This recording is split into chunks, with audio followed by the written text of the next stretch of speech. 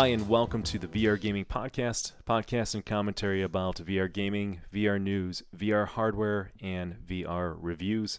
I'm your host, Nick Lane, and with me, as always, is Justin Davis. Justin, what's going on, man?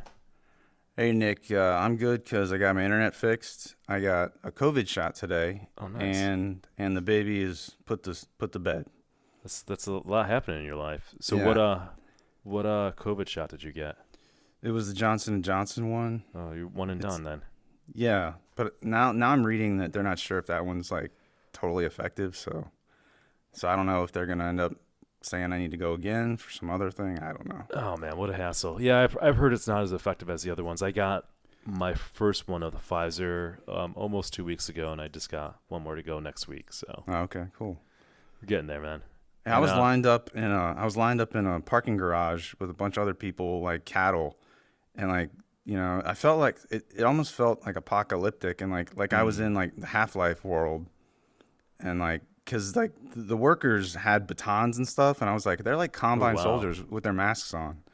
Yeah, they weren't batons like to hit people with; they were batons to like direct people, kind of like tell you where to go. But anyway. Wow. Dude, I had the exact opposite experience, and so did my girlfriend Martha. We went to locations. There was like barely anybody there. There's no lines. We got right in. There were there's security there and everything, but it was really low key. Wow, we had hundreds of people.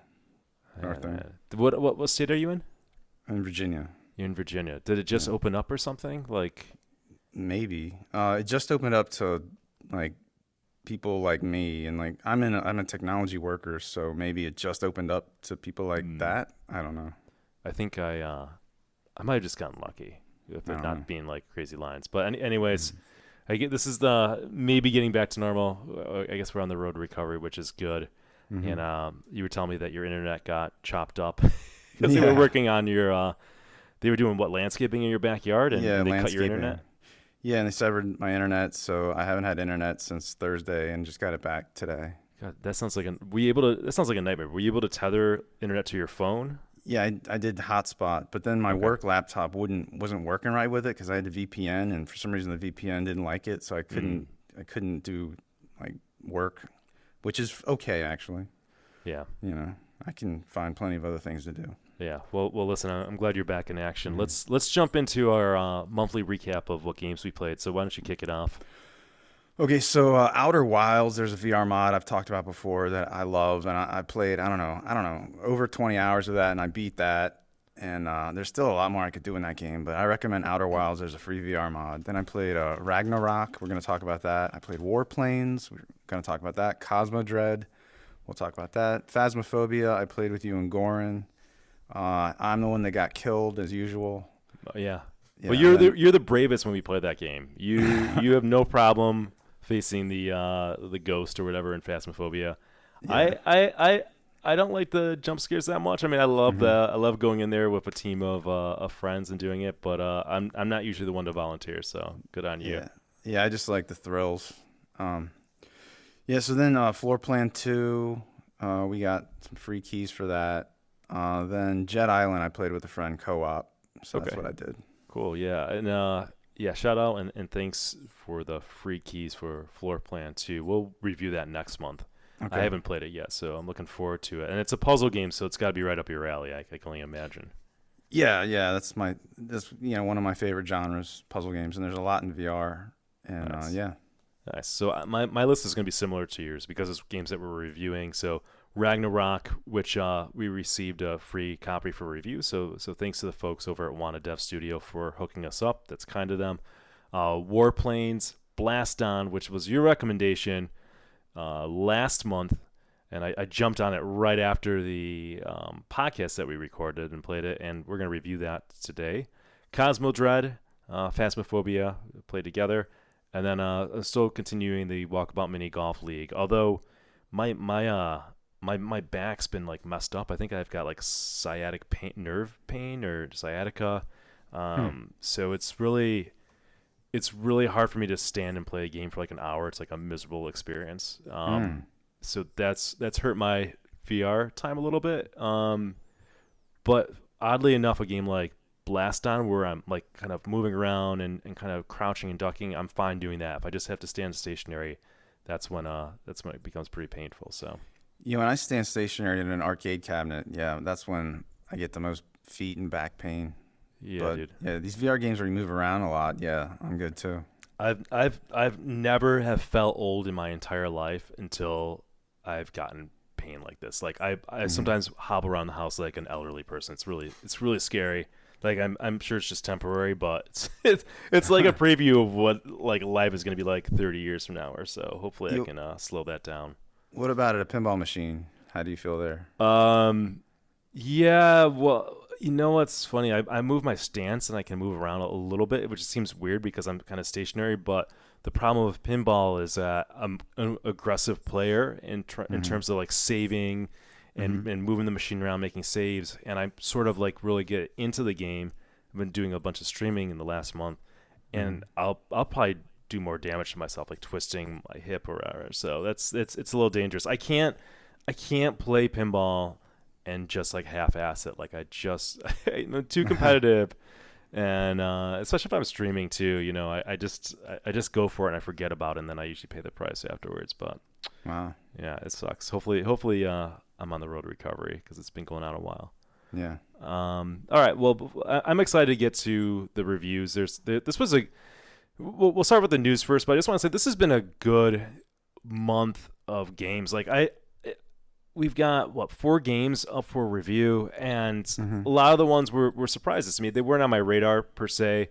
I thought we're kind of in a drought of games, so it's a pleasant surprise that I think kind of spoiler alert, but I'm going to recommend all these games in various capacities. But it's just been a good month. Before we get to that, let's talk about the news. And you and I were talking earlier. There's not. I don't think there was a ton of news that at least I was excited about or I really care about that much, and I guess you kind of felt the same. Yeah, nothing big. There's like little hints of stuff, or like this will be coming out later, and I mean, nothing that's no like insane games like say like when Valve announced Half-Life Alyx or anything crazy like that. Nothing like that. Yeah. So speaking of Half-Life Alyx, we came up on the 1 year anniversary of that. Yep. Would have been probably Hmm. last week or the week before. So it's crazy Yeah. how time Yeah. goes by. Yeah. Um, and for news, my source is always Road to VR. Is that what you use as well, typically? Yeah. I upload Nice. and Road to VR. Yeah. Yeah. Yeah. Okay. So one the first thing I put on there was I saw the Neuralink. So Elon Musk Neuralink, which I haven't studied up on this a lot. I'm just going to mention it. He's implanted the Neuralink into a monkey's brain, or somebody has done this. Hmm. And there's a 4 or 5 minute video on Road to VR with a monkey playing Pong with the monkey's mind. Yeah. Okay, so just go and watch that and just let that sink into your own brain of where we're at right now in this crazy science fiction world we're living in. And he's getting fed a banana smoothie or something through a Oh straw. yeah, it's Yeah. basically like his heroin. Yeah. Yeah. Yeah. He's pretty good at Pong. Yeah. He is. Yeah. Like it was like he was playing Pong with his mind. Yeah. What I was wondering when I was watching, I was like, well, how different is this than there was like a Mattel toy where you could control a ball that would float up and down. Hmm. That came out in like the 2000s, I think, where you could control it with your mind. Like the more you thought, the higher the ball would go. So I was Weird. wondering, is there something similar? Is this similar at all? And like I was looking into it more, and some neurosurgeon dude said like experiments like that they've been doing those for a while now. So it's not really that new, but what is new is it was wireless because usually they have like wires going from your Mm. brain. So Yeah, yeah. that's a good point, right? Right. The fact that it's wireless. Hmm. Dude, that's nuts. All right, I'm too I'm like not super interested in it, but like to the point where I'm like, go check out that video if you want to see a monkey playing Yeah. wireless Pong with his mind. I mean, that's that's Yeah. that's news. I mean, Yeah. that's news if there ever was news. Unfortunately, I don't think we're ever going to get to a point where we can just do VR in our like during our lifetimes. I mean, Yeah. like just in our brain. I mean, I wish, but Yeah. I don't think so. Yeah, I wouldn't necessarily bet on it, and yet the like kind of the rate of acceleration in terms of technology and breakthroughs is kind of just going exponentially. So who knows? That just Yeah, sounds there's no so telling. crazy, but I don't know, man. I don't Yeah, know. We saw hard to the we it's saw hard to the predict. internet like become mainstream in our lifetime, which is crazy to think Yeah, about. that's true. We've seen a lot of shit. Yeah. All right. Mentioned somebody asked me when I was playing a walkabout mini golf. They're like, "When are you going to talk about Gorilla Tag VR?"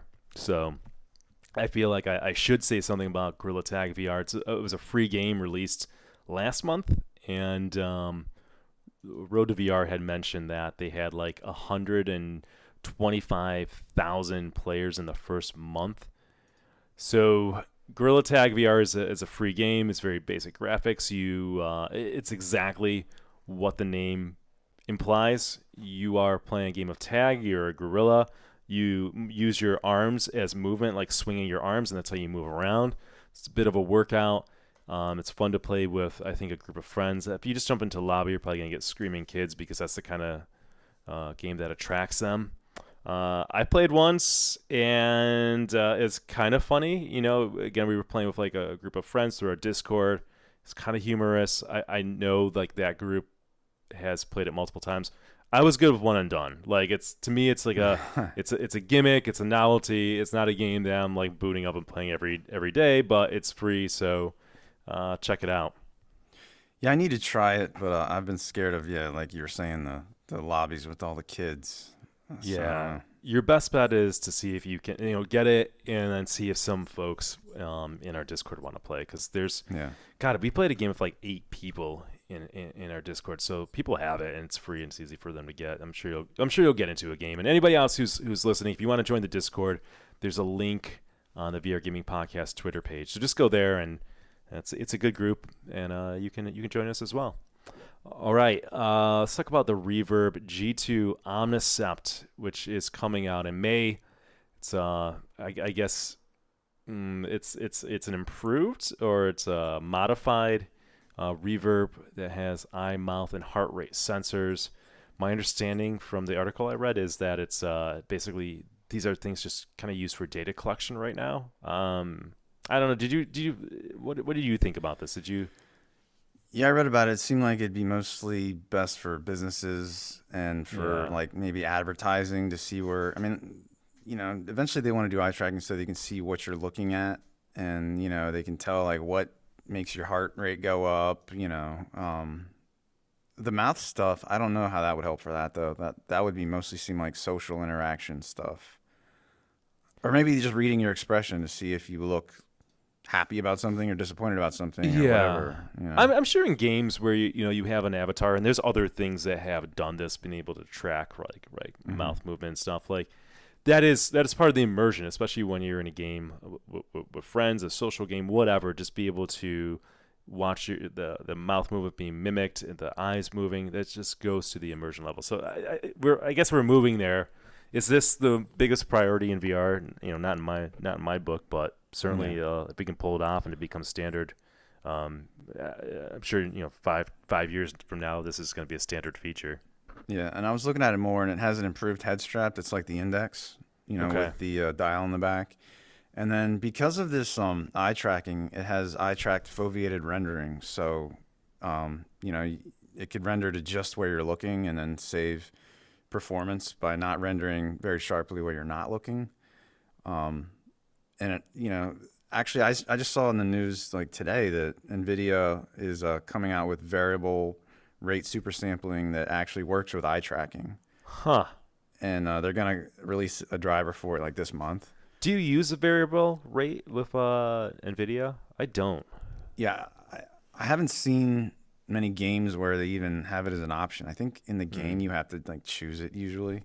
Oh, I thought you had to go into. I thought you do it through NVIDIA. Yeah, I think you might have to enable it there, and then like there's a Uh, game called Into the Radius where I heard they enabled VRSS, and I heard from someone I thought that you had to go into the settings in the game and say hmm. to turn it on, but I don't know if all games are like that.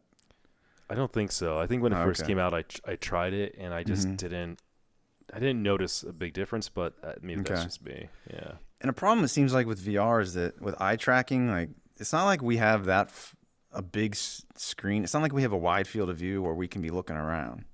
So Right. I rather yeah, them work on figuring out some other things like a bigger field of view yeah, would be great. that would be like it'll have auto IPD because of the eye tracking. That would be nice for like a business or a commercial setting where they don't have to tell people, hey, adjust your IPD.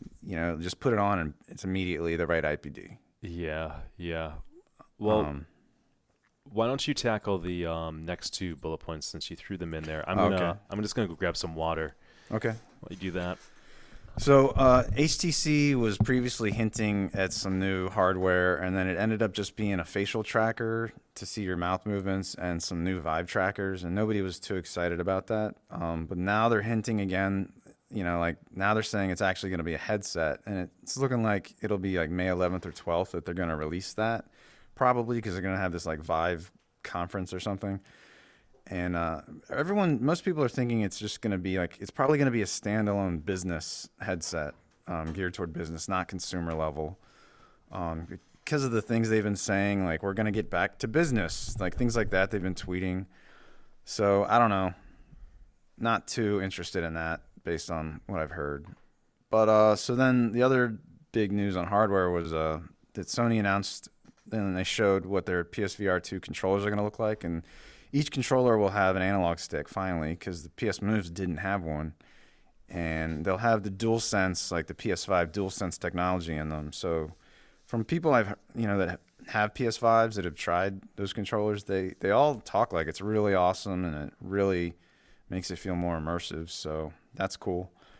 And they have these like tracking rings, like it almost looks like it's like a sphere, the controller sort of, the rings that go around it.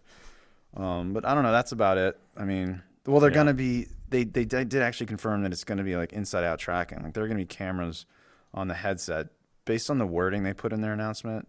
So that's some other news about that. We don't have a release date or target release date or anything like that, do we? It seems like 2022. Okay. They said definitely not 2021. So it'd be like 2022 at the best. I think. Yeah. Well, listen. Again, I've always been kind of I'm done with consoles at this point, but I've always Mm-hmm. been like a Xbox, and that's what I have. Okay. But man, good on Sony for doing VR. They've gotten a lot of people into it, and they've had a lot of good games, from my understanding. Oh I yeah, don't know definitely. what the hell Xbox is doing, so just continuing to drop the ball on that. It's really bizarre. Yeah, it is. All right, let's move on to the review portion of the podcast, and we'll start with RagnaRock from Wanna Dev Studio. Came out on December 17th in 2020. It's currently sitting at a 96% positive rating on Steam. It's full price is $19.99, and it's only on PC right now, although on their roadmap it is coming out for the Quest, I believe, in the fall. And I gotta say, I'm really, really happy that PC gets the game first. That's pretty awesome. We've talked Finally. about that. Yeah, it's yeah, finally. And it's crazy because like the graphics are, I mean, they're good, but like you can easily see this running on Quest 2. So, not sure why that is, but thank you guys. We appreciate that, showing the PC some love. All right, the overview and objective of the game. So this is a rhythm game, and this game came up because I think you brought it up, Justin. You asked about it because we were doing our rhythm kind of Mm-hmm. review for the last podcast. So this didn't make it in there, and well, on the plus side, we hadn't played it yet, but we got some review copies, and well, now we can spend some time diving into it. This is like a Viking style game where you're like in these Viking style ships, and you're just there's four drums in front of you, and you're hitting the drums as the kind of notes, if you will, line up with them. So they scroll down, like other rhythm games or anything like that, like Rock Band or whatever, Guitar Hero and stuff like that. And when it lines up, you just hit it. It's pretty simple. In terms of it lights up, you hit that drum. And then as you do that, you're in this environment where the ship is rowing, and you start going kind of faster. And if you're getting combos and you're not missing things, you will get farther along. You'll see kind of these goalposts show up like bronze, silver, and gold if you hit that. So it's pretty. It's a straightforward game, right? It's a straightforward game. It's nice and stylized. One thing that's really good about the game, I think that really helps it to stand out, and especially when there's a good number of rhythm games, is the fact that it's multiplayer. So I think it's up to 8 players. Do you know exactly, Justin? I don't know. Sorry. Okay, I think it's at least up to 8 players can play in multiplayer. So you, me, and Goran, someone from our Discord, played a multiplayer game, and it's fun. I think what I like about the multiplayer in this rhythm game compared to any other rhythm game that I've played multiplayer in VR is that you can look around and you see the other ships, and Justin was crushing it, so naturally Justin's ship is going much faster than mine and Goran, so he's shooting ahead. Then I can look around and see how Goran's doing, and he's behind me. So you know how everyone's doing based on that visual representation, and I think it's really cool. I mean, I would love to see what it's like having an 8-player game and doing that, and I'm sure when it comes out on Quest, a lot of the folks in our Discord have a Quest on a PC. I'm sure they'll grab it because it is a good game, and we'll probably play it a lot more there with the multiplayer. I think last thing I would mention about the kind of objective in the game is that there's kind of like a boost. Once you hit enough combos, you can kind of boost the speed a bit. But again, very straightforward. You can hop in. You figure the game out in a matter of just like a couple minutes, and you're off to the races. Anything else to add to that? Did I miss anything kind of important? Well, the boost is the form of a symbol on the left and the right. So you you have those 4 drums, but then the symbol you can hit that to trigger the boost. Yeah. What do you think about the graphics?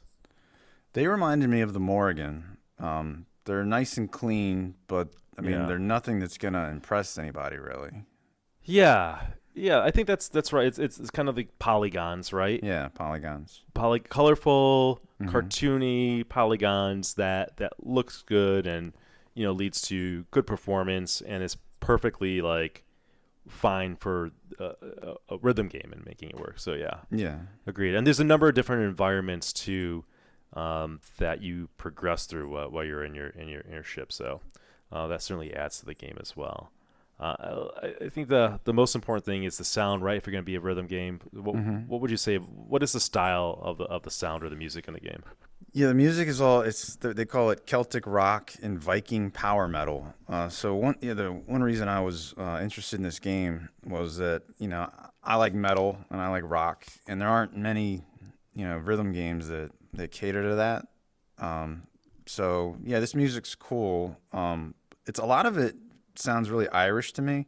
Like there's a lot of like bagpipes. Well, it's like Scottish and Irish. You hear a lot of bagpipes, and like some of it's like pirate sounding songs and stuff. Like some of it isn't hard metal enough for me, but maybe that's not what they're going for. But it's not, I like some of the songs I really liked. Like I liked enough that I would like, damn, I want to actually hear more of that band. Yeah, I'm not a metalhead or anything like that. So this is like accessible metal for me. It's kind of like you said, like there's a lot of like pirate kind of rock metal in there. Yeah. And I actually recognize some of the artists. I think it's Ailstorm because like when I've played like pirate board games, like whenever I play board games, we will put on some like music that goes along with it. So I've heard some of this like kind of style of songs before, and it's great. It's fun. It's not like super hardcore or anything like that, but it's different than every other rhythm game that's out there, and it fits the theme and style of the game. Yeah, every other game is like dance music, and I'm not into dance music. Yeah, really.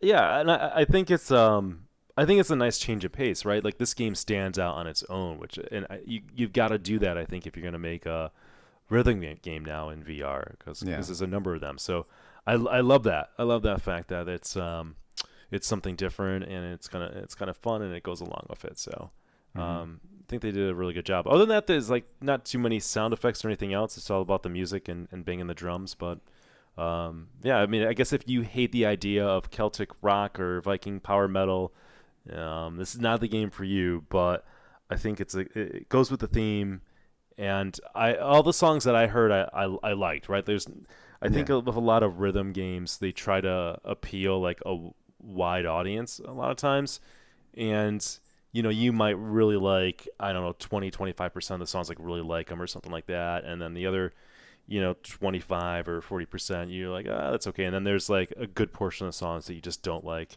In Mm-hmm. this case, I'm like, yeah, these are all good. I'm not gonna drive around in my car blasting it, kind of deal. But like, this is Mm-hmm. perfect for the game.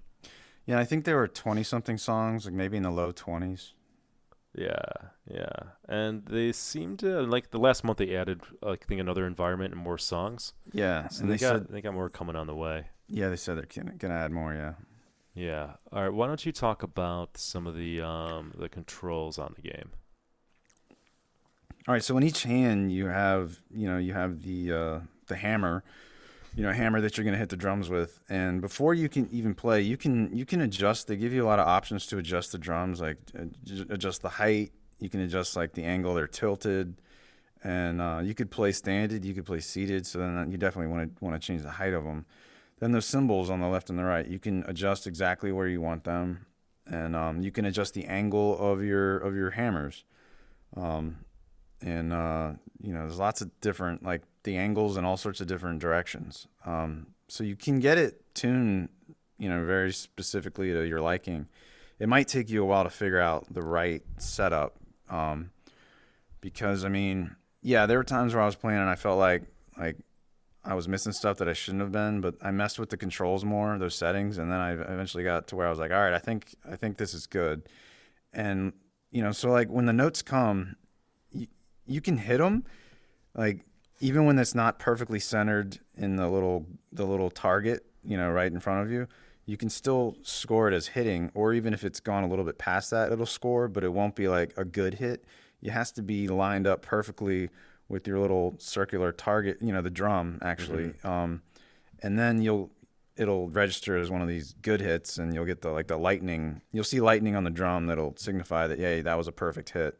And then if you get enough of those lightning hits, then you'll get the option to do that boost we were talking about, where you hit the cymbals, and then your Viking rowers in your ship, they all like cheer. They go, "Woo!" Like Yeah, that. that's a good impression. Thanks. So I don't know. You have anything else about the controls? No, I mean, it's again very straightforward, very easy to hop into and play and understand what's going on. Yeah, and they give you a lot of adjustments you can make. I I think the thing is with adjustments and stuff, like, I feel like I'd have to spend like a ton of time kind of tweaking and fine tuning what is best. Yeah. Because I kept on missing like the farthest left drum. I'm like, is my tracking? Am I missing? I had no Mm-hmm. idea. I kept on missing that one a bunch of times, which was odd. Mm-hmm. I don't think I've ever had tracking issues in any rhythm games that I've been playing. So, um, yeah, I mean, they're good. I don't know if there's some tracking going on or what, but I did have some misses. I had to play around with it a little bit more. I found that this game exhausted me more than any rhythm game that I've Wow. played. Like, I think it's probably I mean, the movement's kind of unique. What you're doing standing, and kind of the motion of your hands, even compared to like Beat Saber or something like that. Beat Saber's a little more fluid. These are kind of like short bursts, really quickly. I felt my hands getting tired. I was like, getting like busting out a little sweat after about 15 minutes. So this game definitely kicked my ass more than any game that I've played in quite some time, other than like a full-fledged like thrill to fight type of game. Sounds like you were swinging hard. Maybe that's what I'm doing. I might be doing too large of swings or something. I Cause don't I'm know. like I'm just like doing little taps. That's all I do. Mm, mm. I'm not breaking a sweat or anything. All right. I think I'm getting into it too little much, like kind of just going full ham on it, and that might be my downfall because you're kicking my ass in this game. Yeah. Well, yeah, and if I'm doing these little taps, I can get to the next one much faster than if Yeah. I'm doing a big one. Yeah. Well, I mean, I say the game is definitely immersive, right? Like, I mean, you're standing in one space, you're not moving around, and you're hitting the drums. And like I said, you can look around and you can see the environments are nice that you're playing in, and you can see the other players. So it's pretty good immersive wise. I'm not sure what else they could possibly do to improve that. It's just like any kind of rhythm game there. Yeah, and I actually found out that in the beginning area, like you can click on and interact with lots of stuff. Like in the I don't know what you call it, the lobby Oh, where I area. had no idea. Yeah, like you can click on. They have like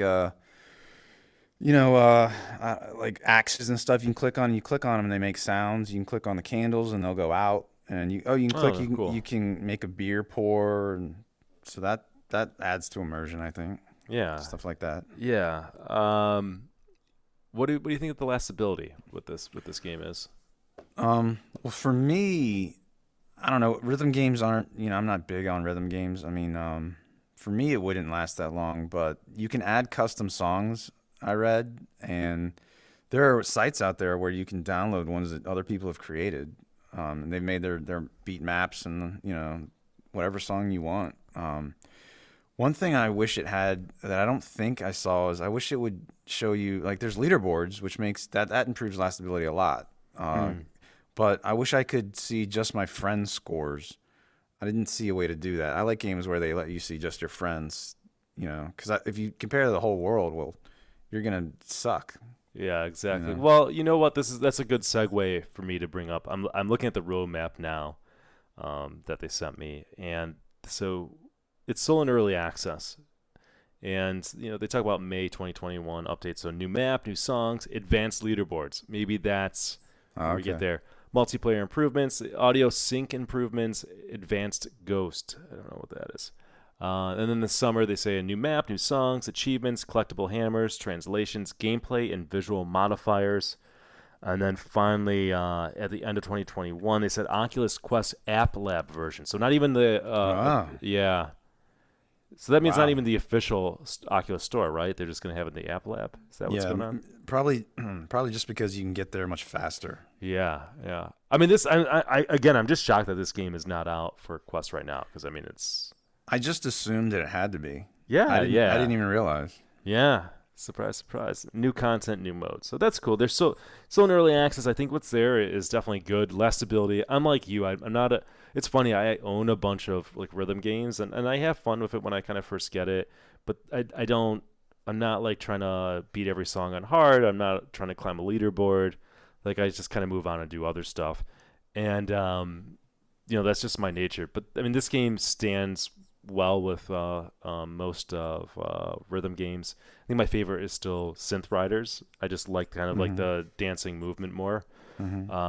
But I think where this like has the strongest appeal to lastability is like in those like 8-player multiplayer games, right? Like I think it's super cool idea to look around and like look left and right and see all the boats and just really get into that kind of competitive, like I need to catch up to everybody. This is a race. Yeah. That's what like does it for me. So again, I think in like when it comes out in Quest, and most people on our Discord have a Quest, I'm guessing this game might blow up a little bit there. And if somebody's like organizing a game of RagnaRock, I would definitely jump in for the multiplayer aspect. And this is coming from somebody who's not huge on rhythm games, so. And something about you said advanced ghost when you were talking about the stuff they're working on. There's a you can race against your own ghost. I see. That's what that makes sense. Thank you. Yeah, I did that. I raced against my ghost, and that kind of made me feel a little bit more urgency. Like I got to do better because I could see my ghost going ahead of me. Okay. Yeah. All right. Cool. All right. So what do you think? What would you give this game for a rating? And we'll just go. I should mention what the ratings are. So 0 to 2 is don't wish this game on your worst enemy. A 3 to 5 is we all make mistakes. A 6 to 8 is a solid game, and a 9 to 10 is buy it. What would you give it? I say 8. Yeah. Yep. I'm only saying 8 because I'm not that into rhythm games. If I was like a rhythm game guy, I'd probably go higher. Yeah, I give it an 8. I mean, like it's. Yeah. I think this is. I mean, if you own rhythm games, like you need this game in your library type of deal. And again, I think it's the best multiplayer rhythm game that there is right now. And I like that it's unique. I definitely like the race concept of it, like how it's represented your progress. I like the music, and I can't wait to see what else they do with the game. So Did you ever try Beat Saber multiplayer? I have not. Yeah, I haven't I have either. not. I have not. I if I never played Beat Saber again, I'm okay with that. Like it was Yeah, me fun too. enough for when it came out, and and I show people that in VR like years ago, but I moved on. I'd rather play Hmm. like Synth Riders, or I'd rather play RagnaRock or something. Yeah. All right. Moving on to Cosmodread by White Door Games. Came out March 25th, so it's very recent. It's 88% current rating, positive rating on Steam, and it's $14.99. I have only played this game maybe about 45 minutes because of the aforementioned issues with standing around. So why don't you take the lead on this one? All right. So White Door Games, they made Dread Halls. Have you played Dread Halls, Nick? I love Dread Halls, and Okay. I can only play the game for like 10 minutes before I'm totally creeped out about it, and I just Yeah. it's like a game that I don't play much, Yeah. but I love the fact that I'm so fucking freaked out by that game. I think it's amazing. That's a game I love to put people in and just to see their Oh yeah, reaction. yeah. That's like this Yeah. is like that's like you're evil like me. Like when Yeah. I was just like wanted, I like to put people in dread halls and project it on the T. Like that's Yeah. my. I just haven't put enough people in there, made it happen. I just want to like go in there and play it.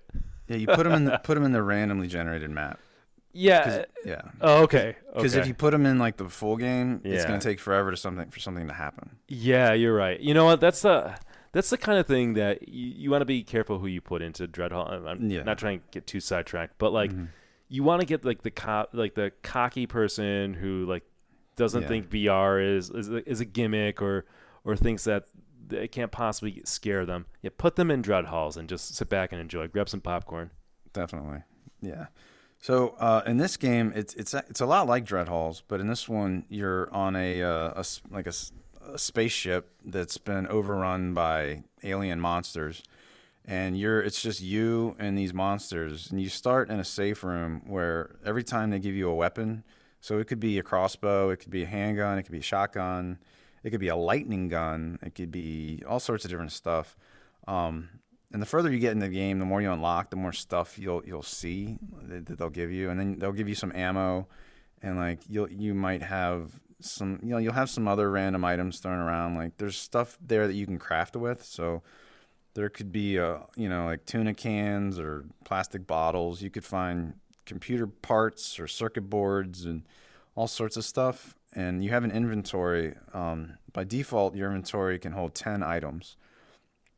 So but your weapon doesn't use up one of those slots. You're gonna need to put batteries in your inventory. I'll talk about that a little bit later. So it's a lot like I felt like this was a lot like Doom 3, but it's not a balls to the wall action game or anything. It's a slower pace, taking your time, going room to room, trying to figure out, where you need to go, what you need to do. So you start in that safe room. And this game is procedurally generated, just like Dread Halls. So every time you play, it's going to be totally different layout. So you start in the safe room, then you're going to proceed through some hallways, some corridors, and you're going to come to, multiple doors, and you're not going to know, well, which way should I go? But on your wrist, you have a map, but you can only see only so much of the map. You can't see like everything, and they do that intentionally to make it harder to figure out where you need to go. But eventually you'll get to a room called a lobby. There are like 5 main special rooms. There's a lobby, then there's a room that has like navigation coordinates that you're gonna have to get to. Then there's a room called the jump drive where it has something called jump drive where you're gonna have to turn that thing on, figure out how to turn that on. Then there's a bridge room where it's like the control deck of the spaceship, and where you have to turn that on. Then there's a shuttle room where that's how you escape. That's your escape route. You have to go to all those rooms, turn them all on, do everything you have to do, to get everything working. And the goal is to get to the shuttle and get out. So that's how. I've put 12 hours into this game, and I've Oh beaten the game. wow. Yeah, 12 hours, and I've beaten it. I don't know, maybe three or four times. But I want to keep playing it because that's how much fun I think this game is. And like I said, every time you play it, it completely changes the layout and everything. So as you're going, the lobby, I think the lobby is like the main important hub room. From the lobby, you're gonna get to all the other areas. So like in the lobby, there's usually like 5 other doors that will lead to different corridors that will, you don't know what's down there. You're gonna have to just go explore. I love exploration and like just searching for things. You're going to go into different rooms and some rooms are going to be infected with gross alien matter all over the place. And then you're gonna have to figure out like how you can. I'm not gonna tell you how, but you're gonna have to figure out how you can clear away that infection. Then there are gonna be rooms where there are gonna be actually monsters in there. They're gonna try to kill you, and they're gonna come at you as soon as they see you. You have a flashlight on your wrist, so this game's really dark, but you can point your flashlight. I love flashlights in VR. It just feels so immersive to me. For some, I don't know for why, but so they'll see your flashlight, and then they'll come at you, and you can turn your flashlight off. I usually don't. I just leave it on, and I just fight them with my weapons. Like unlike Dread Halls, you don't have any weapons, but in Dread Halls you can run. In this game, there's no run or sprint, but you have these weapons that you can fight them with, and you have to manually reload them. Like your crossbow, you have like I don't know, maybe 5 bolts, and then you're gonna have to manually reload it. And during that manual reload, a monster might like swipe at you or take some health away. And you're gonna have to figure out how to actually deal with these monsters because you'll think that you killed the monster, and it very well could have ended up reanimating and coming back at you. Like when I first started playing this game, I was like, I'm running out of ammo, and I can't deal with all these monsters. Like, there's no way I can get through this, and I had to finally learn what I had to actually do, and I'm not going to give it away to get rid of the monsters. So all that stuff you find that you craft, you're in the lobby. There's a machine called a fabricator. It looks like a 3D printer. You're going to have to get specific, specific items to throw into the fabricator, and the more you play, the more you'll find little data disks. And you collect those, and you can either hold them or put them in your inventory, and then you're gonna have to take them to a computer that needs to be powered on by a battery. So like, see, this game is like it's almost like there's too much going on for me to get into it all. But there are batteries you're gonna find, where you're gonna have to power the rooms, and then once you've powered it, you can use the computer and put the data disk in, and that'll give you a blueprint. There's 23 different blueprints in this game, and I've unlocked, I don't know, maybe 12 or 13 of them. And that's why I want to keep going back in to get the blueprints and to hear all the audio logs. Because as you explore, you're going to find audio logs that tell you the story of what's going on the ship. And there are modifiers you can unlock too. So like the modifiers will do things like make the enemies harder, make the there's robotic enemies in this too that'll kill you. It'll make them harder. There's a modifier to make you faster, because a lot of people are complaining on Steam that this game's too slow, that you move too slowly, but you can do a modifier to make yourself faster, which I like to use.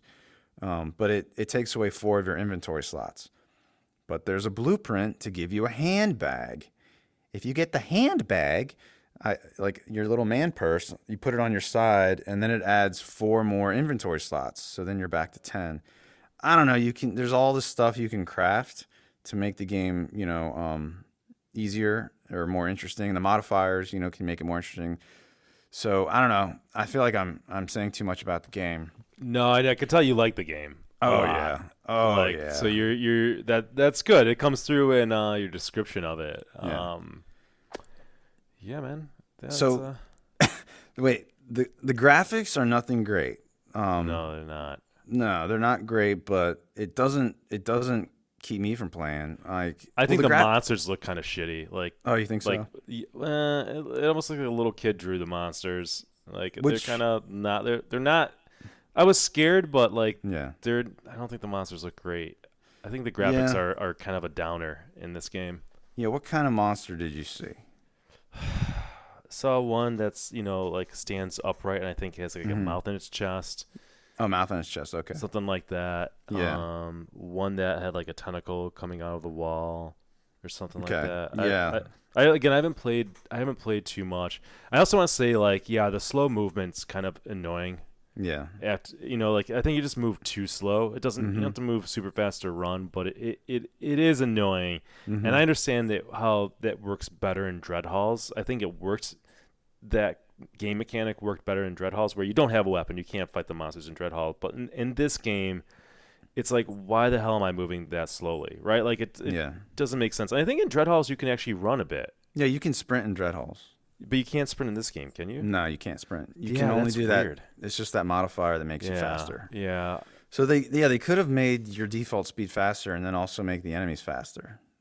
Like they could have done. The developer's updating it all, Right. actively. So maybe he'll do that. Yeah, you know what's I'll probably say my piece and piece out a little bit on this one, but like I wanted to like this game and I like grabbed it immediately when you told me because I Mm-hmm. liked Dread Halls even though I can't play it long. But this game kind of disappointed me and I got this sense of like, man, this is like a crappy version of like Doom 3. Okay. Like I feel like, and Doom 3 came out in 2004, and now Mm-hmm. you've got the Doom 3 BFG, which is like 2012, and like I know the mod is super janky in getting it to work on PC, but my God, I instantly just loaded it up after playing Cosmodread because it was just like a breath of fresh air. Like it's just so much better. Like it's just Yeah. it graphically, even though the game is from 2012, the BFG edition, it looks way better than Cosmodread.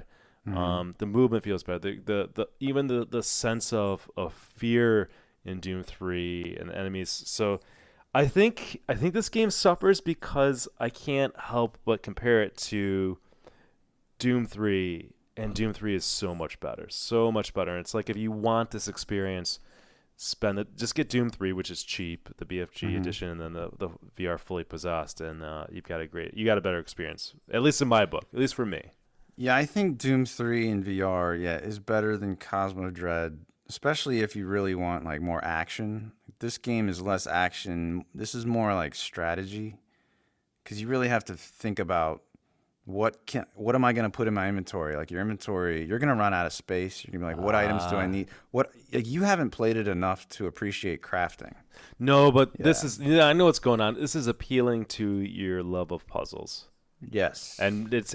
it's my love of puzzles. I'd rather have the Doom 3, and Doom 3 is not like the new Dooms that came out in like 2016 and last year, where Mm-hmm. it's like the more run and gun original Yeah. Doom style. Doom 3 is more like you're going through the haunted house Resident Evil style. It's a little Yeah. slower, but Yeah. to your point, it is more action. But like Doom 3, like to me, is like my perfect level of what I want, and like the creepiness of the sound of Mhm. like the sound effects in a horror game are like so damn important. And again, Yeah.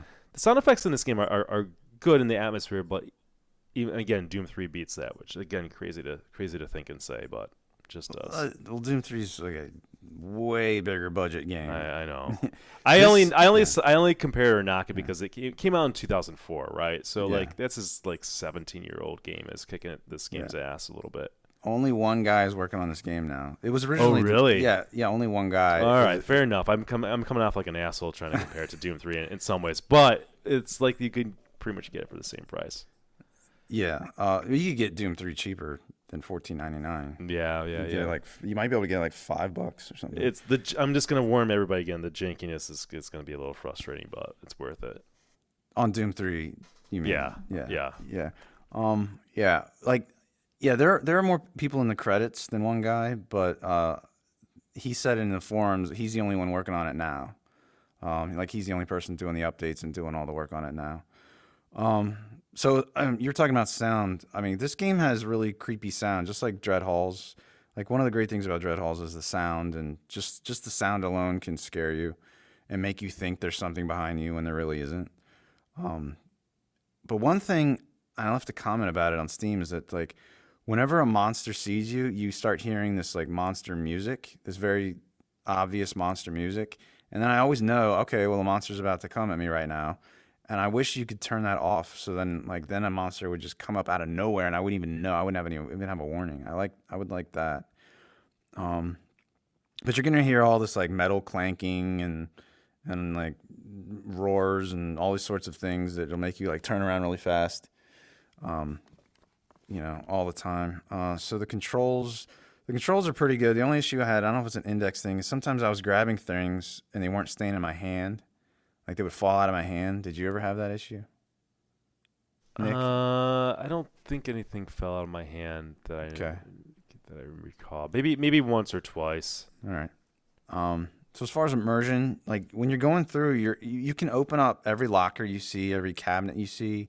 You can open them all up, and it's like, I don't know, it's like an Easter egg hunt. You're searching for ammo, you're searching for syringes, because you can get syringes and then like actually point them at your chest or at your head or whatever, and press it in, and that's how you get health. It's manual reload, like I said. All the guns and everything are manual reload. And you like I said, you have the flashlight on your right hand. You can probably switch it if you're left-handed. I don't know. And just really immersive for me. Last ability, like I said, you unlock modifiers the more you play. Then there's the blueprints that you find along the way. So like I want to keep playing so I can find more blueprints because I want to get all of them. And then there's the audio logs. I don't think I've even gotten half of the audio. There's like, I don't know, maybe like 50 or 40 something different audio logs that are part of like the story. And my rating for this is a 9.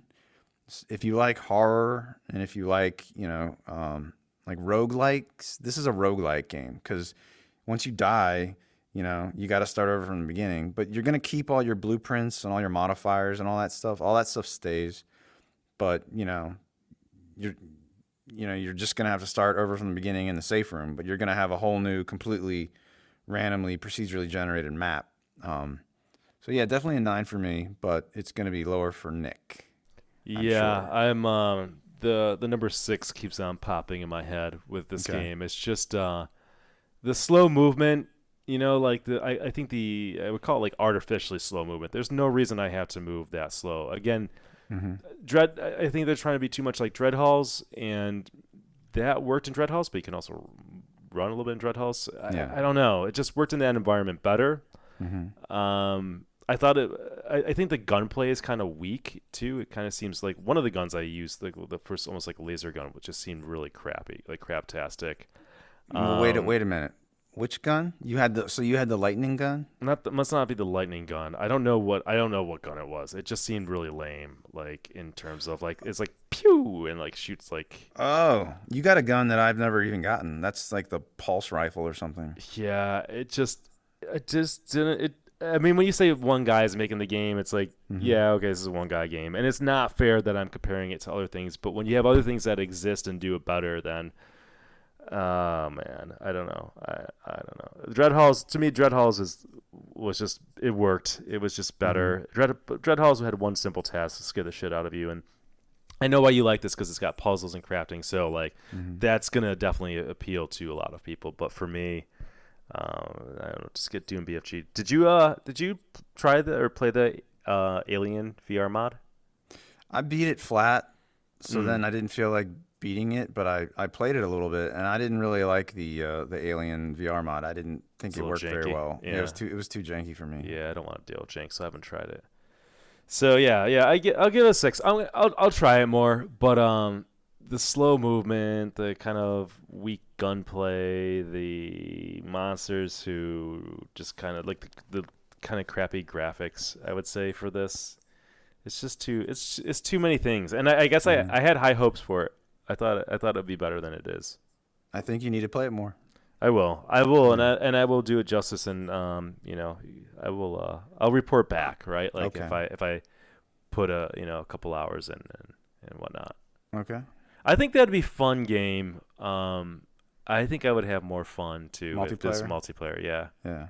I would love to Yeah. play with friends on this game. Yeah. A lot of people have commented that would be cool if, either you spawn together or maybe you spawn in different ends of the map and then like you end up randomly meeting.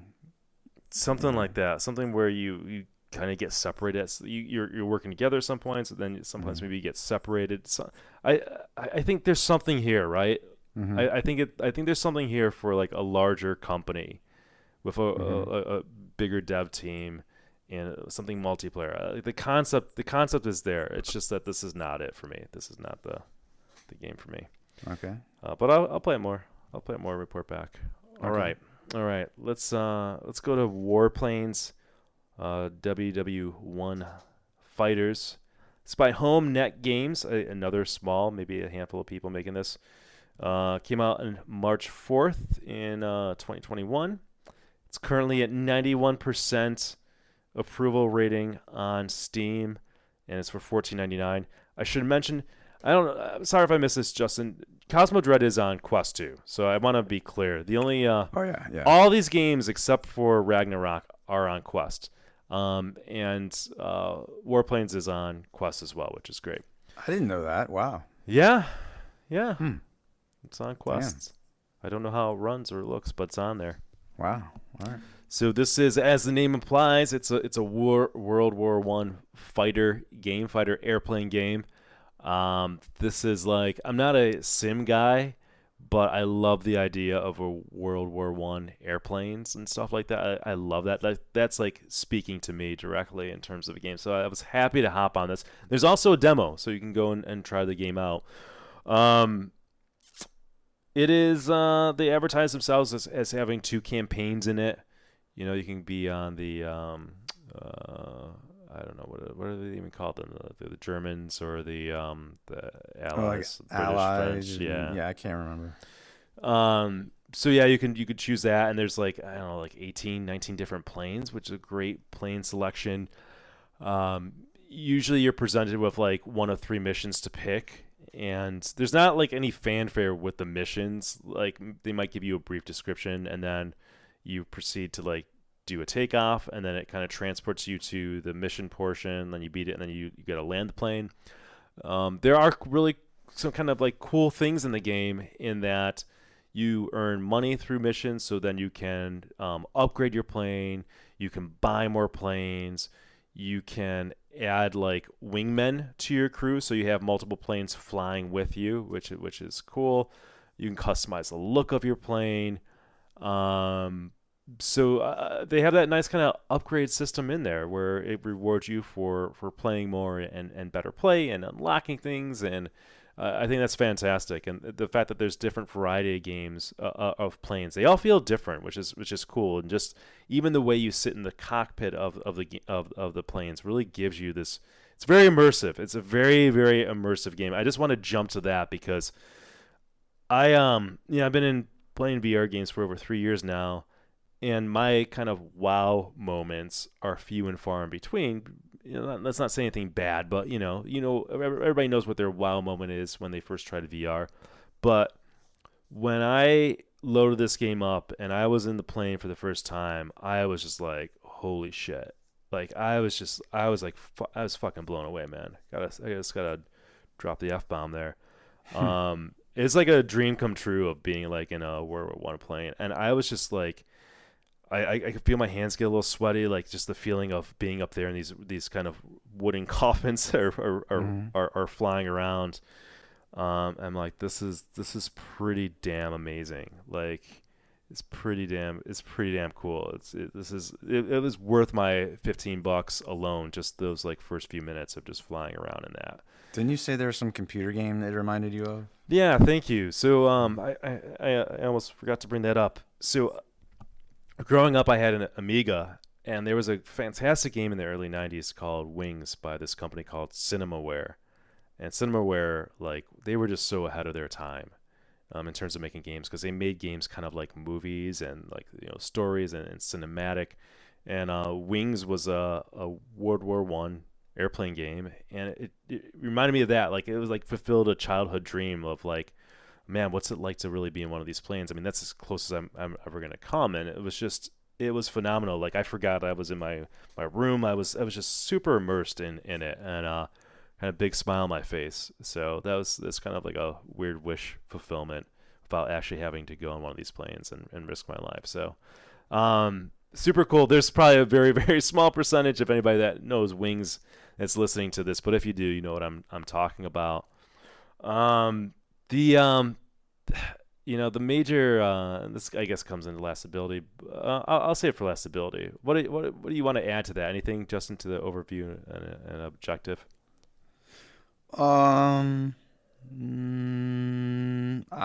I played this for, I don't know, I might have played it for an hour, maybe more than that, and I stuck with, you know, the original plane they gave you. Um, and well, actually, I ended up upgrading to the next plane, where, you know, the first plane you have a gun on a positional mount where you can move it Yeah. around, which I liked a lot. But then the second one that I upgraded to, the guns were fixed. Hmm. So then you have to have your plane pointed like directly at the enemy planes and targets and stuff. Which did you like to use? I didn't.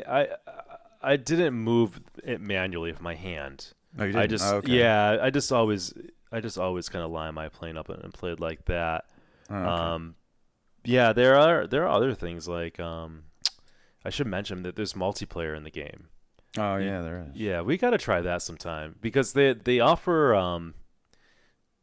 like team deathmatch. I think it's like again up to maybe even 12 people can play. It's pretty high. Hmm. They also offer like co-op missions that you can do together, which would be pretty fun. Hmm. And I think something called raids, which might be like multi-stage missions, and like you can earn money and points in the game that you can then spend and upgrade that, and multiplayer translates over to the other side of the game too, which Oh, was okay. which was cool. Yeah, I upgraded my plane a lot. I think there's like maybe the wingman is what I didn't upgrade much. And I got to a point with a mission where I just kept getting just destroyed. Hmm. And maybe the wingman is what I needed, or I needed a co-op person helping me or something. I don't know. Yeah, yeah. We'll have to try that. We'll have to Yeah. try that because I think even the demo we can play with people. Okay. It's this is the type of game where I really want to see what the multiplayer's like. I did get into like one multiplayer dogfight. Um, I don't. It's probably how VR games are, right? Like, good luck finding lobbies full of people to play. So you're better off just like Hmm. finding friends or people that play. I'll have to see if they have a Discord. That's probably what Okay. I have to do and see if I can get to play with some people. But yeah, I mean, the game off. I mean, it's for 14.99. There's kind of a lot in there. Like, I can't believe the price on the game. Yeah, so like I did dogfights. I did missions where I had to like blow up ships. There's missions where I had to blow Yeah. up zeppelins. Yep. Some were at night, some were day. There are ones where you have to protect like a town from bombers and stuff. Um, Yeah. Yeah. There's a good variety. And you know what this is? This is a game that came out, I think, like I don't know, in 2012 or something like that, and they upgraded it to VR. oh, really? Yeah, Oh, because I okay. looked at the I had to look it up. I looked up the developer and I saw their other games. And where is it? Let's see. Look at their store page. Um, yeah, they have a bunch of games. So Warplanes, World War One, Sky Aces. Wait a minute. That's this 2019. Maybe that's not the one. Oh, Warplanes, World War One Fighters demo. I don't know. I saw it on here. They had an older one. They had an Okay. older one. And before each mission, they have you like take off and then go up, and then after each mission, they have you land on an airstrip. Did you like that, or I I like kind of? I like the takeoff and landing. I like Okay. that. Did All you? right. I kind of got tired of doing it. I kind of wanted to just go straight to the mission. Yeah, I think it's. I wonder if there's probably an option. The one thing Maybe that it so. does really well is there's like a lot of skill difficulties. Yeah. Like they have arcade and simulation and realistic. So Hmm. they had like 4 or 5 presets, but then you can also customize it, right? So like Yeah. I love the fact that they gave all those options. Yeah, the other game was called. I guess it came out on September 23rd, 2019. Warplanes World War One Sky Aces. It's a non VR game, but it looks like it's Hmm. basically the same game. So they just turned this into a VR game. Okay. That's Yeah, what's going I on. was playing it in simulation, and I tried Real War too, but then I got killed. Yeah, The Real War setting. I gotta find the nice blend between like where I'm playing on not like the highest realism setting, but like Hmm. where the enemy's a little more passive, but Hmm. like then they're too easy. Yeah. It's I think dialing in the difficulty is kind of maybe a fine art to it, but Hmm. um, moving on to the graphics of the game, the graphics are pretty damn good. Um, Yeah, I they're pretty good. I thought they were good, but I think what's even more impressive is that it ran like a dream on my computer. Like I saw people talking about reviews how well, I think they even mentioned how well optimized it is in like one of their selling points, and it's Hmm. true. I was running it in 144 hertz on 2080 video card, and just getting like no frame drops, and I was super sampling. And this is kind of like I was able to really push it, and it's a good looking game. It just ran great. I was impressed by that. Yeah, it ran great for me too. The only time I had an issue with the graphics was like if I got close to the ground, the texture looked pretty blurry. But Yeah, you're not going to be that close to the ground unless you crash, which I did. true. Mm. Yeah. The airplanes themselves are pretty detailed. Hmm. When you're in the air, everything looks great. Yeah, close to the ground's not Yeah, fantastic, but I stalled out and then I crashed. okay. Yeah. There you go. Sound is okay. Hmm. It gets the job done. It didn't stick out in terms of being really good or really bad or anything like that. It was all Yeah, right. I can't think of anything Um, about that. Now the immersion and we're talking about the controls and the immersion kind of all in one. I'm impressed with the controls in this game. I thought when I first looked at this game, oh, this is a game where you're using like a HOTAS or like a gamepad or something. No, no, no, no, no. You're like encouraged to use your controllers, and Hmm. it worked out very well. Like I mean, these are simple uh, planes to operate where you have kind of you're steering the plane with like a stick, right? Like Hmm. you have your hand in the controller, you grab the stick and you're moving that around, and then you're able to use your other hand to increase like the speed of the plane, and that's pretty much it. But it works out very well, and adds to the immersion of the game because you're not using a gamepad and you're able to control everything as need be. There's even like a flare gun that you have in the cockpit, and when you get close to like a zeppelin, or actually maybe like one of the balloons, you grab that, point the gun over there, and shoot it. And I thought that was a nice kind of immersion point. Oh, was that a faster way to get rid of them? Yeah, yeah. If you Ah, I some didn't of the know that. planes have yeah, some of the planes have the flare guns, so you shoot the flare guns at the balloons, I think the zeppelins are the bigger ones. I think there's some smaller Hmm. balloons. So you shoot at the Yeah, balloons and you'll drop them. yeah. If your gun gets kind of jammed or messed up, or I think you can kind of faster reload it by hitting it. That was cool. So Oh, I didn't uh, know that. yeah, I thought it was brilliant how it worked. The controls were just very good, very intuitive, and it just really added to a level of immersion in the game. The only issue for me was I was trying to grab them when I wasn't looking at them. So like I'm like looking to my right, like looking for an enemy, and Yeah. I would miss like I'd miss the throttle or I'd miss the stick or whatever I was reaching Mm. for a lot because I just didn't have my hand in the right place. So like I don't know, maybe if there was some sort of vibration to let me know that Yeah. I'm on the thing. I don't know. I I didn't just I but didn't I have didn't that play. problem. Oh, Yeah. okay. Yeah, but maybe I always just had my hand there. I don't know if I took it off. But yeah, I like your idea of like a vibration or something like that. That makes sense. I took my hand off a lot because I was using that gun that would move. You could move on the pivot. Oh, okay. See, I wasn't doing that, so that's Yeah. probably why I didn't have that problem. Okay. Gotcha. Yeah. Okay. Anything else with the immersion or controls? Yeah, too. No, I don't think so. All right. So last ability. So there's a lot there in terms of planes.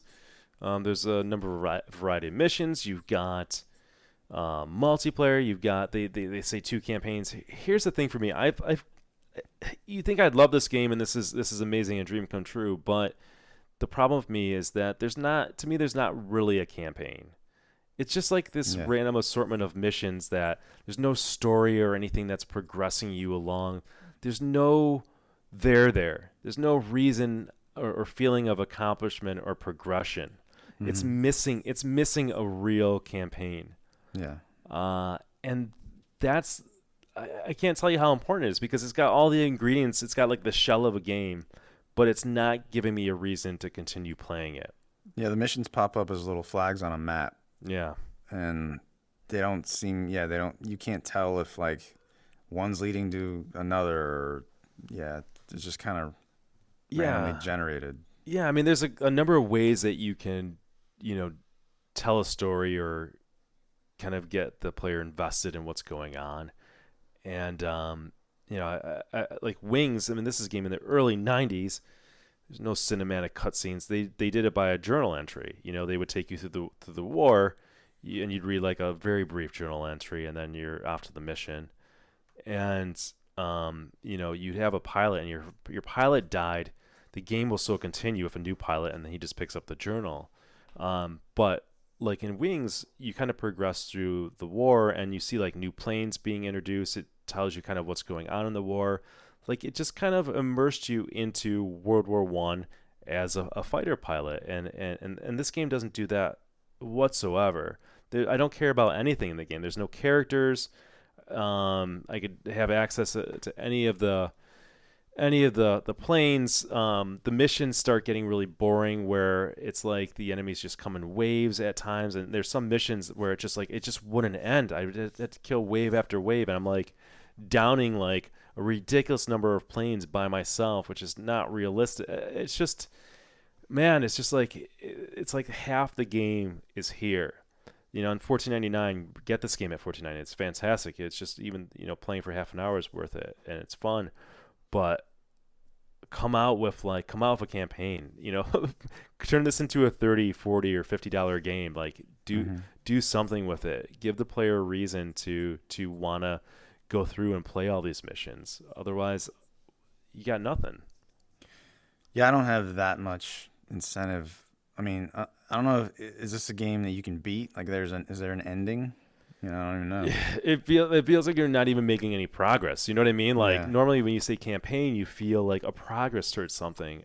This is they're like very just random missions that there's no sense of that, and it brags about like hundreds of missions or something like that. But who cares? I don't even want to play more than like 10. Yeah. They feel samey and boring. Have 25 really good missions with characters or something. I don't care how you do it, but I think they have something really special and really good here, and they just need to bring it home with a story, man. I think that in the early 90s, game designers and developers realized that, right? Yeah. They weren't working with much. They didn't have VR. The graphics were very basic, but I was really immersed in that game Wings and the story and what was going on. And I'm not immersed in this VR game Warplanes because there's nothing there. It's a shell. Mm-hmm. Yeah. Anyways, rating wise, I'll give it a 7.5 because it's so good. I'm glad I have it, but it's like half a game. Like the story, the campaign, something real to it is just totally missing. It's a shell. Yeah, I was thinking 7 before you said your rating. And I'm not really into flying games much, but I'd still give it a 7. Okay. All right, there you go. I would love to see them, looks like they're updating and stuff. I would love to see them do something here, man. This would be an absolutely incredible, amazing game if they had just a pretty decent story campaign to it. It'd be like one of my favorite games ever. Yeah. So it's kind of a shame. There's a game called Ultra Wings that you might like in VR. It's an earlier VR game. Did you ever hear that? Let me look up Ultra Wings. The graphics aren't very good. Okay. They're cartoony. Yeah. There was like one game I wanted to get. It's on my wish list. It's Wingman. Project Wingman. Project Wingman. Yeah, I actually have that in my library, but I haven't played it. So that looks like it's gotten good reviews. It's a flat, but it's also got a VR component to it. It looks like it's got a campaign. It's probably gamepad. Yeah, it's probably gamepad, and it looks like looks very arcadey. It's also modern airplanes, which I'm not really that into. So I have it on my wish list. I'm waiting for it to go on sale. That's where I'm at with that game. Well, Ultra Wings has motion controls. And so it's like basically Pilot Wings. Yeah. So I don't know. It's probably you could get it cheap. Does it have like a campaign story? Is that what you're suggesting? That there aren't. I don't think there are any characters or anything, but I think there's more of a story to it than Warplanes. Yeah, Warplanes is just not compelling, right? Like, I think if you're designing a game, you got to give the player, why do you want to keep on playing this? Why do you want to stick to that? Like, there's so many games screaming for attention. Why? After I kind of get over, okay, I'm gonna playing this is cool, looks cool. Why the hell am I still playing Warplanes? They failed to do that. Yeah. Anyway, all right. Let's bring it on home with Blast On. Again, I want to thank you for that's the recommendation because this is my favorite game out of all the games we talked about. Oh, I really like Blast On. it's funny. I'm the one I recommended, and I've only played it for 30 minutes. That is funny, man. It wasn't your style of game, or Yeah, it's just because it's like multiplayer, and I'm playing against random people, and I yeah. haven't played it against anyone I know, and I wanted a campaign, and I didn't see a way to do that. I kind of wanted Hmm. just to play it through a campaign of computer players, Okay. but there might be a way to do that. I don't know. Maybe you can tell me. They're still working on the game. They just had an update Hmm. recently. Let me I'll go over the overview. Maybe I'll look it up while you're chatting away about some component of this. But okay, so Blast On is from Resolution Games, and Resolution Games have been coming up a bunch. They're kind of crushing it. The Resolution Games did Cookout, which I liked and reviewed. So this is another good game from them. This came out on October 8th. I totally missed this game. If you didn't say anything about it, I would have totally missed out on it. Hmm. It's at 96% on Steam, positive rating. That's fantastic. And here's the kicker: it's only $9.99. $9.99. It was on sale. It might still be. It was like $6.99 now. That's nuts. You can also find this game on Oculus Quest, which I'm sure that's where most of the players are playing this game. It is, you know, it's a multiplayer game. So let's just get that out of the way as Justin kind of said in kind of maybe hasn't captivated him with it. So it's a 1v1 dueling game, and honestly, it looks like they totally ripped off what was the game I had? Iron Lights. Yeah. Looks like they looked at Iron Lights and was like, "That's cool. Hold my beer. I'm gonna go show you guys how to make this game." I think that's what happened. Um, and I think I was like, when I play Iron Lights, I was like, Iron Lights is cool. I'd probably give like a 7 or something. Iron Lights is like a 4 now to me after playing this game. And it just didn't, Wow. Iron Lights didn't hold up. Like the concept was good, but I think what Iron Lights totally failed is it's just really hard to do melee combat in VR and Hmm. just couldn't pull it off. Whereas this is just shooting, as Blast On indicates, and it works. So it's you on one kind of platform and like a gladiator style. Your opponent on another platform. You're pretty close to each other, and you select your loadout of like maybe 5 guns before the round starts, and you kind of go into it. Your opponent's got his or her 5 guns, and then the round starts, and the guns kind of like appear around you, and you can grab one in each hand, and you start blasting away. And it's like a bullet hell style game. So you got very limited space that you can. It's a room scale game, and that you kind of move around because you gotta dodge things. So think like almost like Super Hot, right? In Super Hot, you've got things that you're dodging. Time doesn't freeze, but there any kind of game that's you're dodging and you're moving around, you're bending and ducking, right? And you're doing the same. You're trying to shoot your opponent so that you kind of box your opponent in, and you land shots on them. And the player that does most damage wins a round, and it's a best out of 3. That's how it goes. You hop into a game. If there's not an opponent ready, then you're battling a computer opponent. But I found that it finds games very quickly, so you're not waiting in a lobby. You might play the computer opponent, and the computer opponents are fine. And then when a human opponent's ready, they'll jump in, and they try to rank you against somebody with your ranking, your level. There's multiple levels in the game that you ascend to as you kind of defeat more opponents, and you kind of get a ranking. It's like platinum and all that stuff. Um, yeah, and the rounds are quick too. The rounds are like a few minutes at best. You move around, but you're not gonna. I wasn't getting like super sweaty or anything like it in the game. Like it's kind of a nice movement. Move my body around. It's kind of like a nice game that like I would hop in around like my lunch break after sitting in a computer chair or whatever like that, and just feel like I can move around a little bit. I love it, man. It's very simple to understand, but there's kind of a high skill ceiling and a lot of depth in figuring out, okay, what guns pair nicely with other guns, because each gun kind of has like a cooldown in terms of the number of seconds before it will appear again after you're using it.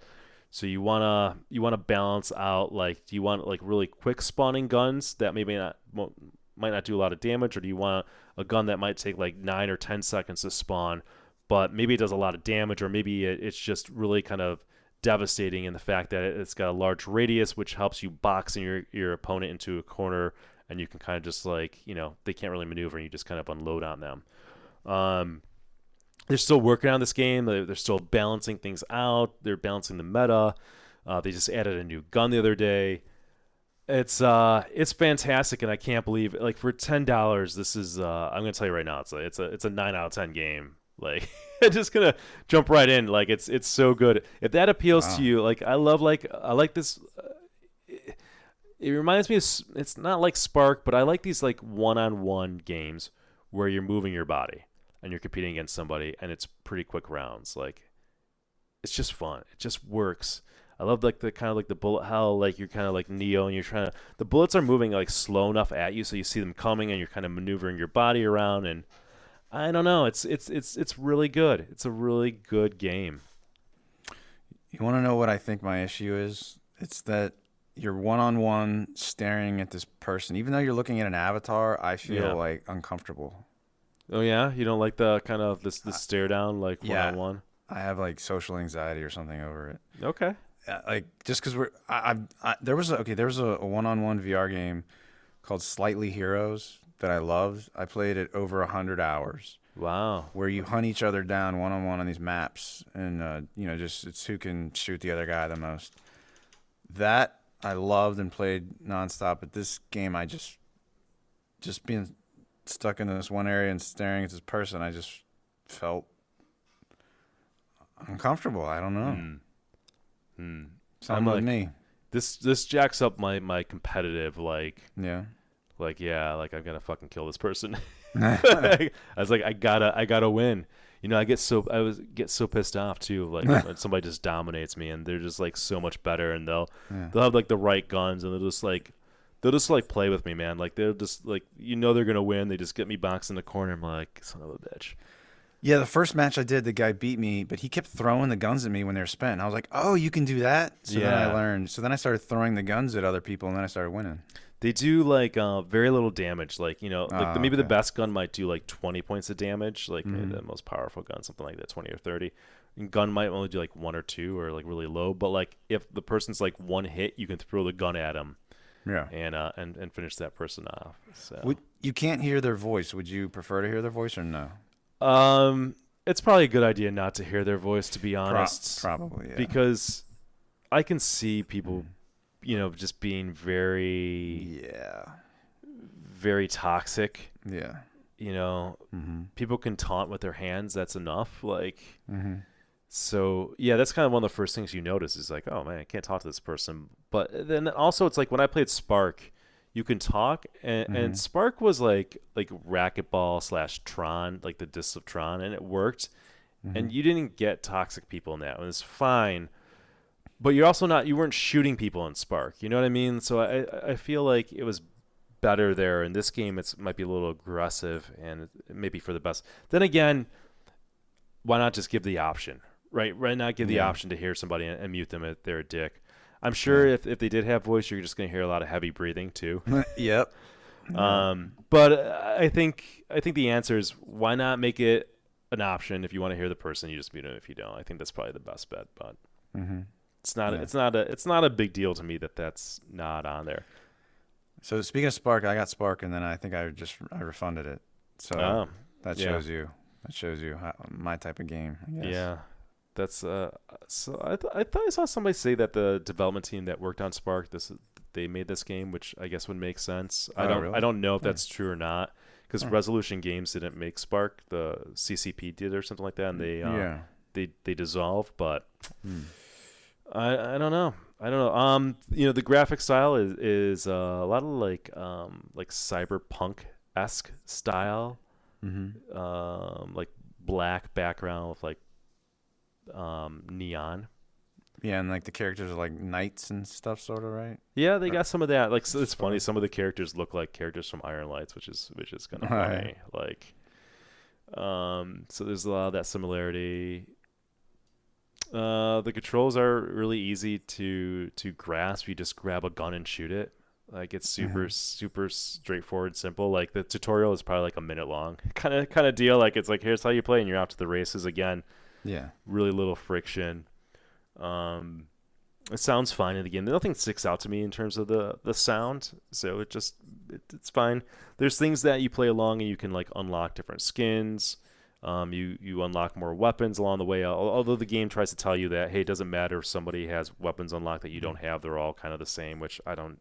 I Did kind of disagree with that, but Did you understand the unlocking stuff? Because I was in that menu trying to figure it out. I didn't know what to do you with just that. play. Yeah, you just play and you unlock. Well, as you play, you'll unlock weapons, but then you gotta like go into your loadout and click on a weapon that's not in your inventory, and then hit like unlock. I don't know why it makes you do that step. Uh huh.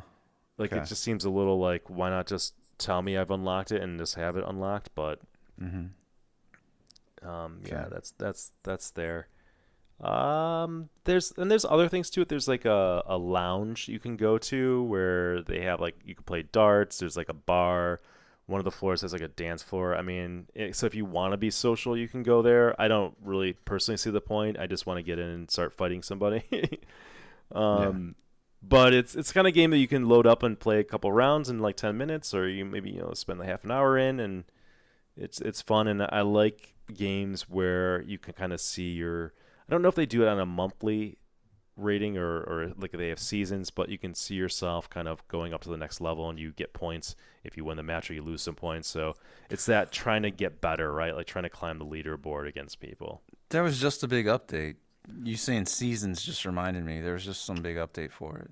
Yeah. Like League Master Blast on Master Tournament or something. World expansion update, major Yeah. additions, new weapon, mission system. So the mission systems are like daily challenges, I think, to get. Mm-hmm. Mute block function is added. Oh, that's for the lounge, so we could talk to people. I didn't see a huge. When I played it, I didn't see a huge difference. Oh, okay. Um, Oh, maybe I'm just thinking about in-game event. I see Blast on Master Tournament. Maybe yeah, that's all I'm so seeing. yeah, they've been doing a lot of tournaments, like in their Discord. Their Discord's active. There's tournaments you can get into, which is cool. And I think the tournaments also happen naturally in the game. Like I don't think you have to go to Discord to participate in them. They also did a cool thing, like Cookout did this. If you get to a certain ranking, you can get a free copy for a friend. Oh, that's cool. It took me a while to get to, and they keep on raising the bar for that. I think it's actually pretty hard now to do. Did you play against Goran? I did, and I crushed him, but he didn't. I've played way more than him. Oh, okay. Yeah, it's like I don't know, like playing against a friend. It's probably not that fun because there's just going to be somebody who's just always going to win. Like one person's just Mm-hmm. always going to be a little bit better. I think it's really hard to find on the same skill level. I Mm-hmm. think it'd be more interesting. I don't think this game does it, at least not yet. Like you want to play in a friend, you create a private thing and invite that friend, but it's just you and that friend. What they need to do is have like an arena of up to like I don't know 12 friends, right? And you can Mm-hmm. sit around and watch matches, like be in the audience Mm-hmm. and watch like your friends go up and then like you're next and make that like a social event. That would be Yeah. super cool. Like I would love to watch like you and Goran fight each other and be in the crowd with our other friends from Discord and like cheering for them Yeah. and laughing and then like oh shit you're next, or like Huh. like a King of the Hill where the a winner just stays up there, but like over time obviously they become a little fatigued from being Yeah. up there and just who can dethrone them. Like that's what they need to do with multiplayer. I hope they're gonna do that. I should check to see if they have the roadmap, but that just seems so like obvious and fun. Like the lounge and the dance floor and the bar. Like yeah, I don't know why you guys have that when you don't have this kind of larger multiplayer room where you can hang out and watch matches and stuff. They had that in I guess they have a spectator feature, but it should be like the spectator can then be next up. Like there should be like a queuing system. They kind of did that in Spark where you would wait and you'd watch the next match and you would jump in and take the person on. Okay. So I don't know. I like I said, this is a 9 out of 10 for me. This is a great game. It's a no brainer. This is definite buy. 9.99 is an amazing price. There's always people playing. I think it's fantastic. They totally took Iron Lights and made it what that game could and should be. Yeah, I've only played 30 minutes.